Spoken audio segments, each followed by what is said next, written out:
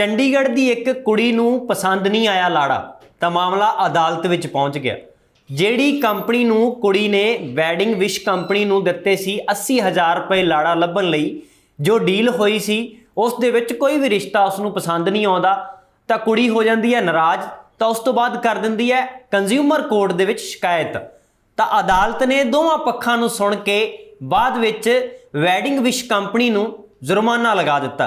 जुर्माना कितना लगाया, क्यों लगाया गया, कुड़ी दी कंपनी नाल गल की हुई सी और किन्ने दिन दे विच लाड़ा लभ के देण दी गल फाइनल हुई सी, तय हुई सी, पर यह गल सिरे बात नहीं चढ़ सकी। कितना जुर्माना लग्या और कुड़ी दे वल्लों की कहना और कंपनी का की कहना है, आओ इन्हां सारे सवालों के जवाब जानते हैं। दरअसल मसला सैक्टर 40 का, जिथों की रहने वाली एक कुड़ी ने एक वैडिंग विश कंपनी के नाल संपर्क किया। वो संपर्क हुंदा जी 28 अप्रैल 2018 नूं, जदों पहली बार कंपनी दी ते कुड़ी दी गल हुंदी है। तो जदों बैठते ने परिवार नूं कंपनी दावा करदी है कि असीं तुहानूं 20 दिन दे विच 21 रिश्ते दिखावांगे, जिस दे विचों जिहड़ा भी तुहानूं पसंद होवेगा उस दे मुताबिक तुसीं उस दे विचों सिलैक्ट कर सकदे हो। कुड़ी दा कहना सी कि मैनूं मेरियां ये शर्तां ने और मेरी मनपसंद का लाड़ा लभ के देओगे तो 80,000 रुपए तुहानूं दिते जाणगे। कंपनी 80,000 रुपए एडवांस दे विच लै लैंदी है तो 20 दिनां दे विच कंपनी का अदालत दे विच बयान है, एक छपी है खबर एक अदारे दे विच, उस मुताबक कंपनी का यह कहना है कि असीं 20 दिनां दे विच 21 रिश्ते विखाउणे सी, पर 20 दिनां दे विच 47 रिश्ते दिखाए, पर कुड़ी नूं उन्हां 47 रिश्तिਆਂ ਵਿੱਚੋਂ एक भी रिश्ता ਜਿਹੜਾ पसंद नहीं आया, ना घर पसंद आया ते ना वर पसंद आया। ਤਾਂ ਉਸ ਤੋਂ ਬਾਅਦ कहानी पहुंच ਜਾਂਦੀ है अदालत ਦੇ ਵਿੱਚ, क्योंकि कुड़ी हो ਜਾਂਦੀ है नाराज़ कि मैनू मेरी मनपसंद का रिश्ता कंपनी ने जो दावा किया सी कि ਲੱਭ ਕੇ ਦੇਣ ਦਾ ਉਹ नहीं दिता गया। ਤਾਂ ਉਸ ਤੋਂ ਬਾਅਦ ਕੀ ਹੁੰਦਾ कि कंज्यूमर कोर्ट इस ਦੇ ਉੱਤੇ सुनवाई करती है, जिथे वैडिंग विश कंपनी है ਜਿਹੜੀ ਉਸ ਨੂੰ ਪੁੱਛਿਆ ਜਾਂਦਾ है कि की गल हुई सी। तो कंपनी है जिहड़ा अपना पक्ष रखती है। कंपनी ने जिवें दस्सिया कि उन्होंने कहा कि 20 दिनों के 21 रिश्ते दिखावांगे, पर 20 दिनों के पूरे 47 रिश्ते विखाए गए। पर कुड़ी का इत्थे कहना है कि जिहड़ी गल हुई सी उस दे विच एक तां मनपसंद का रिश्ता कोई भी नहीं सी, और दूजी गल कि बहुत सारियां प्रोफाइल्स ने जिहड़ियां लाड़ियां दियां वो रिपीट कीतियां गईयां, वार वार दिखाईयां गईयां, और जिहड़ी एक बारी दिखाई गई उस तो बाद मुड़ के उसका पता ही नहीं लग्या, और जिस दे चलदियां एक कलेश है जिहड़ा वध जांदा। तां कुड़ी नूं लगदा कि हुण अदालत दे विच सुनवाई होवेगी। अदालत विच जाण तो पहलां कुड़ी ने कंपनी नूं कहा कि मैनूं कोई भी रिश्ता पसंद नहीं आया और तुसीं जिहड़े मेरे तो पैसे लए सी रिफंड कर दित्ते जाण, पर कंपनी ने कोरी ना कर दित्ती कि ये पैसे वापस नहीं होणगे। किसी भी शर्त दे विच, किसी भी हाल दे विच पैसे कंपनी ने वापस करन दी गल तो इनकार कर दिता। जदों कुड़ी दी ते कंपनी दी सहमति नहीं बनी किसी गल ते, तो उस तो बाद कुड़ी ने कंज्यूमर कोर्ट दे विच अदालत विच जाके शिकायत कर दित्ती। शिकायत होने तो बाद जिवें तुहानूं दस्सिया कि दोवें पक्ष सुने गए।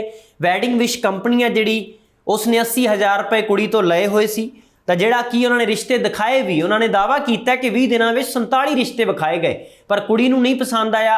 वो एक वखरी गल है, अलहदा गल है। पर कंज्यूमर कोर्ट ने दोवां पक्षां दी सुनवाई करदिआं होइआं जुर्माना लगाया। जुर्माना किस ते लगाया?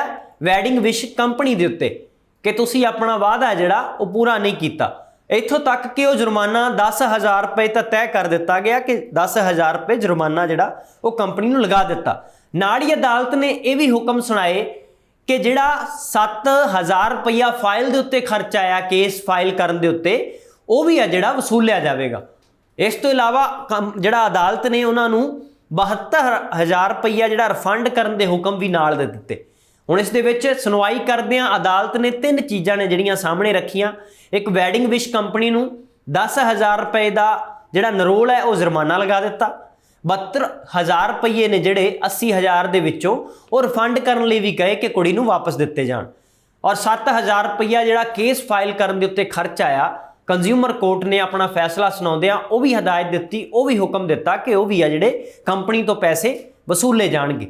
तो यह दिलचस्प मामला सामने जदों आउंदा है तो कुड़ी ने भी अपना पक्ष रखिया और कंपनी ने भी अपना पक्ष रखिया। इस तरह होर बहुत सारियां ऑनलाइन रिश्ते करवाउण वालियां जिहड़ियां एप्लीकेशनस ने, वैबसाइट ने, जिथे बहुत सारे लोग अजकल दे रुझेविआं दे विच जिन्हां नूं समां नहीं हुंदा कि रिश्तेदारी दे विचों जां किसी ने दस पाई पुछ दसी तो उस दे विचों कीता जावे रिश्ता, ਅੱਜ-ਕੱਲ ਆਨਲਾਈਨ ਆ ਜਿਹੜਾ ਰਿਸ਼ਤਾ ਉਹ ਲੱਭਣ ਦੀ ਰਵਾਇਤ ਆ ਜਿਹੜੀ ਉਹ ਚੱਲ ਪਈ ਹੈ। ਚਾਹੇ ਉਹ ਵਿਦੇਸ਼ਾਂ ਦੇ ਵਿੱਚ ਕੋਈ ਲੱਭਣਾ ਹੋਵੇ ਕੁੜੀ ਨੇ ਰਿਸ਼ਤਾ ਮੁੰਡੇ ਦਾ, ਜਾਂ ਮੁੰਡੇ ਨੇ ਕੁੜੀ ਨੂੰ ਲੱਭਣਾ ਹੋਵੇ, ਤਾਂ NRIs ਰਿਸ਼ਤੇ ਵੀ ਆ ਆਨਲਾਈਨ ਇਸ ਤਰੀਕੇ ਬਹੁਤ ਹੋ ਰਹੇ ਨੇ।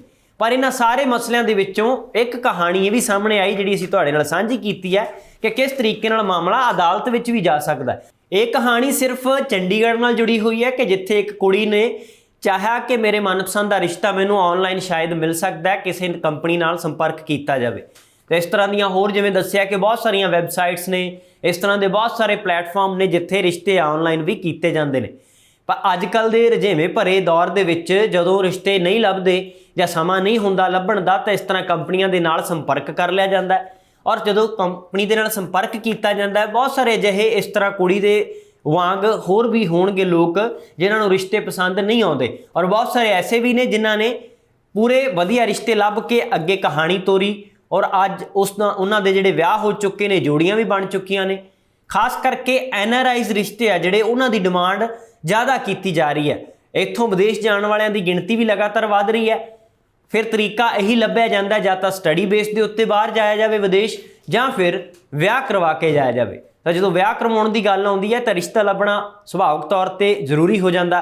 ਤਾਂ ਫਿਰ ਇਸ ਤਰ੍ਹਾਂ ਜਦੋਂ ਚੰਡੀਗੜ੍ਹ ਦਾ ਇੱਕ ਰਿਸ਼ਤੇ ਦੀ ਗੱਲ ਤੁਹਾਡੇ ਨਾਲ ਕੀਤੀ ਕਿ ਕਿਵੇਂ ਇੱਕ ਕੁੜੀ ਨੇ ਲੱਭਣ ਦੀ ਕੋਸ਼ਿਸ਼ ਕੀਤੀ ਪਰ ਸਫਲਤਾ ਹਾਸਲ ਨਹੀਂ ਹੋਈ, ਪਰ ਖੱਜਲ ਖੁਆਰੀ ਵੀ ਵੱਧ ਗਈ ਤੇ ਨਾਲ ਹੀ ਉਹਨਾਂ ਨੂੰ ਅਦਾਲਤ ਦਾ ਰੁਖ ਕਰਨਾ ਪਿਆ। ਅਦਾਲਤ ਵਿੱਚ ਜਾ ਕੇ ਜੋ ਨਤੀਜਾ ਸਾਹਮਣੇ ਆਇਆ, ਅਦਾਲਤ ਨੇ ਜਿਸ ਤਰ੍ਹਾਂ ਫੈਸਲਾ ਸੁਣਾਇਆ, ਇਸ ਤੋਂ ਇਹ ਲੱਗਦਾ ਕਿ ਹੋਰ ਵੀ ਬਹੁਤ ਸਾਰੇ ਅਜਿਹੇ ਲੋਕ ਹੋਣਗੇ ਜਿਹੜੇ ਆਪਣੇ ਆਪ ਨੂੰ ਪੀੜਤ ਮਹਿਸੂਸ ਕਰਦੇ ਹੋਣਗੇ ਕਿ ਸਾਡੇ ਤੋਂ ਪੈਸੇ ਤਾਂ ਕੰਪਨੀ ਨੇ ਬਹੁਤ ਵਸੂਲ ਲਏ, ਪਰ ਉਸ ਦੇ ਬਦਲੇ ਜਿਹੜੇ ਉਹਨਾਂ ਨੂੰ ਰਿਸ਼ਤੇ ਚਾਹੀਦੇ ਸੀ ਉਹ ਨਹੀਂ ਦਿਖਾਏ ਗਏ। ਤਾਂ ਕੀ ਤੁਸੀਂ ਵੀ ਕਿਸੇ ਕੰਪਨੀ ਦੇ ਨਾਲ ਸੰਪਰਕ ਕਰਨ ਦੀ ਕੋਸ਼ਿਸ਼ ਕਰ ਰਹੇ ਹੋ ਜਾਂ ਸੋਚ ਰਹੇ ਹੋ?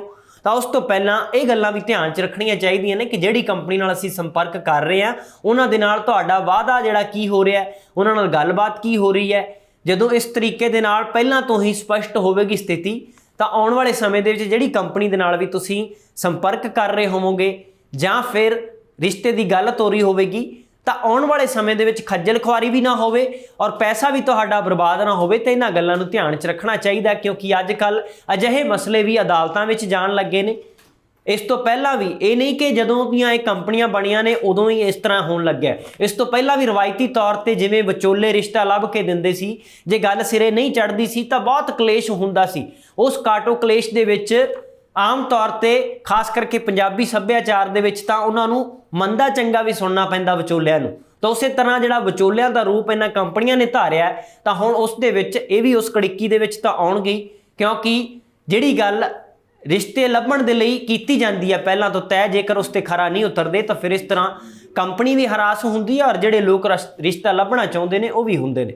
ਤਾਂ ਇੱਕ ਚੰਡੀਗੜ੍ਹ ਦੀ ਉਦਾਹਰਨ ਤੁਹਾਡੇ ਨਾਲ ਸਾਂਝੀ ਕੀਤੀ ਹੈ ਕਿ ਕੁੜੀ ਨੇ ਰਿਸ਼ਤਾ ਲੱਭਣਾ ਚਾਹਿਆ ਪਰ 20 ਦਿਨਾਂ ਦੇ ਵਿੱਚ 47 ਰਿਸ਼ਤੇ ਦਿਖਾਏ ਗਏ ਕੰਪਨੀ ਵੱਲੋਂ, ਫਿਰ ਵੀ ਲਾੜਾ ਪਸੰਦ ਨਹੀਂ ਆਇਆ ਕੁੜੀ ਨੂੰ। ਤਾਂ ਉਸ ਨੂੰ ਲੱਗਿਆ ਕਿ ਮੈਨੂੰ ਅਦਾਲਤ ਵਿੱਚ ਜਾਣਾ ਚਾਹੀਦਾ ਤੇ ਅਦਾਲਤ ਨੇ ਉਸੇ ਕੁੜੀ ਦੇ ਹੱਕ ਵਿੱਚ ਫੈਸਲਾ ਸੁਣਾਇਆ ਔਰ ਕੰਪਨੀ ਨੂੰ 10,000 ਦਾ ਜੁਰਮਾਨਾ ਕੀਤਾ, 72,000 ਰੁਪਈਆ ਕਿਹਾ ਗਿਆ ਕਿ ਰਿਫੰਡ ਕੀਤੇ ਜਾਣ ਔਰ 7,000 ਰੁਪਈਆ ਕੇਸ ਫਾਈਲ ਕਰਨ ਦਾ ਜਿਹੜਾ ਸੀ ਉਹ ਵੀ ਕੰਪਨੀ ਤੋਂ ਵਸੂਲਿਆ ਜਾਵੇਗਾ। ਫਿਲਹਾਲ ਇਸ ਰਿਪੋਰਟ ਵਿੱਚ ਇੰਨਾ ਹੀ। ਮੈਨੂੰ ਦੁਆ ਗਿਆ। ਧੰਨਵਾਦ।